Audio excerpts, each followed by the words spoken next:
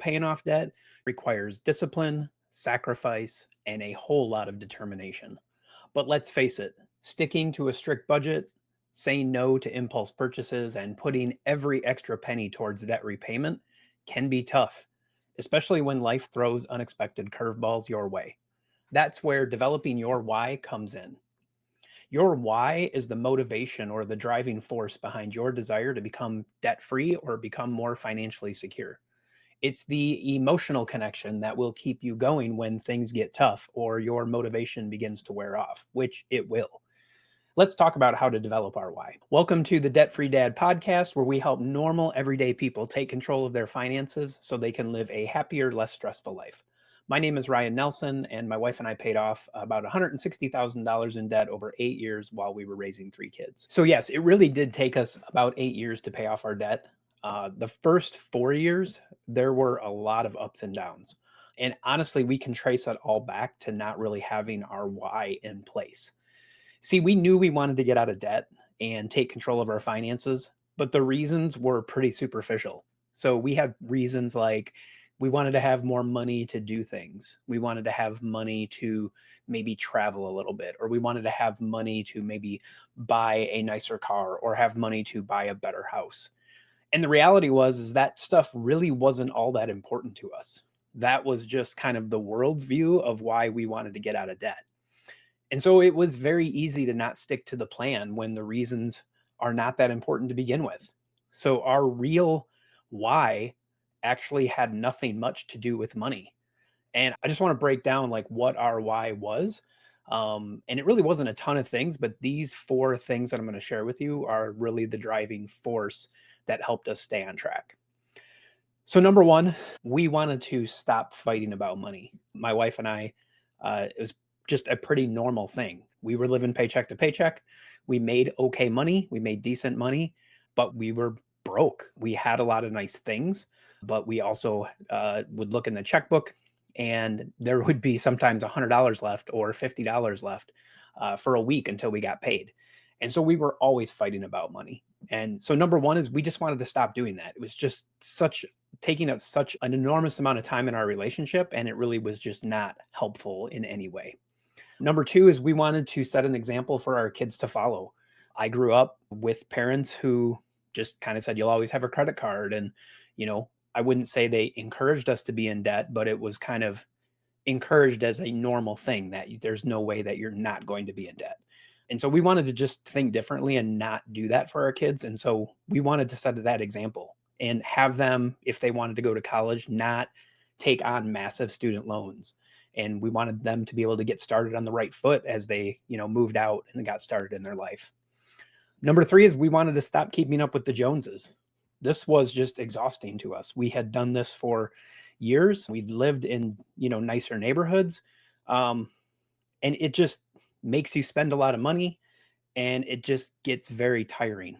And we were just kind of tired of like living this life that we were living for everybody else, right? We were living for everyone else's opinions, and that got exhausting. And so we wanted to just stop doing that. And number four is we wanted to be prepared for opportunities in our lives that we were not in the past. And I had worked in a field for over 20 years. It was good. It was a good career, but I wasn't in love with it. And over those years, there were a number of times where opportunities presented themselves. And it was very disappointing to even take 10 minutes to even think about it because we had bills. I needed the checks to stay, I needed the money. And you just get stuck in a career because you're paying for all the stuff that doesn't make you happy. And so we really wanted to get out of debt so that when opportunities presented themselves in the future, we were ready for them and we could actually think about them and take a chance if we wanted to. These four things helped us go from being very wishy-washy about paying off debt to really being committed to the process. And every time opportunities came up to go back into debt, we would go back to this list for the reminder of what we were trying to accomplish and what our goals were. So how do you develop your why? Well, it starts really with some serious soul searching. Kind of like I said at the beginning, it's easy to kind of, throw some stuff on paper and say, this is my why. But that's what we did at first too. And it just never really worked because we weren't really serious about it.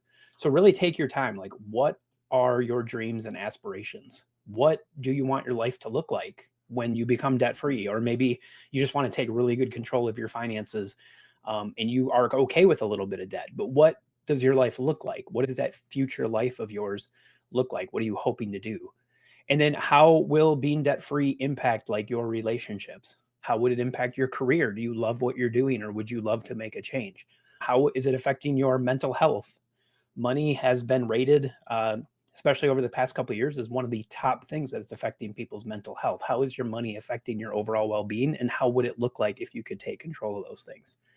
So maybe you dream of traveling the world, starting your own business, or just having peace of mind.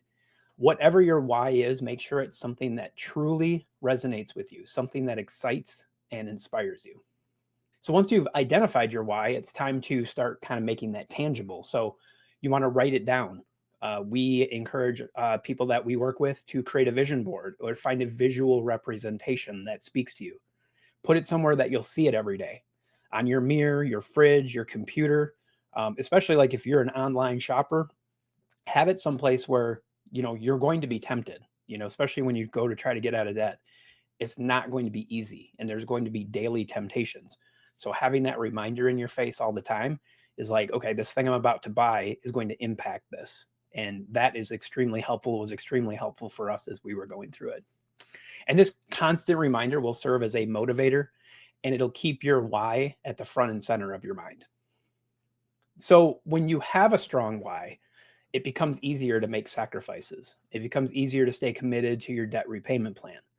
Every time you're tempted to overspend or deviate from your budget, think back to your why. Remind yourself of what it is that you're trying to accomplish. Your why can also help you overcome setbacks and stay motivated even when progress seems slow, and it will feel slow. It took many of us years to get into the mess we're in. It took me a good part, nearly 40 years to get into the debt I was in, or 30 years, and it will take time to dig yourself out. There will be times when you're going to feel discouraged, when you question whether all of this is even worth it. And in these moments, revisit that why, reconnect with what it is you're trying to accomplish. Because when you're going through debt repayment, 2, 3, 4 years seems like forever, but 2 or 3 or 4 years is going to pass no matter what. And in 4 years, you can be connecting with your why and really making progress, or you can just be more in debt and having all the same frustrations. Remember that paying off debt is not just about numbers and spreadsheets. It's about creating a life of freedom and possibility. Your why is the key that's going to unlock that door. So take some time today and reflect on your why. Dig deep, be honest with yourself, and find the motivation that's going to help you towards financial freedom.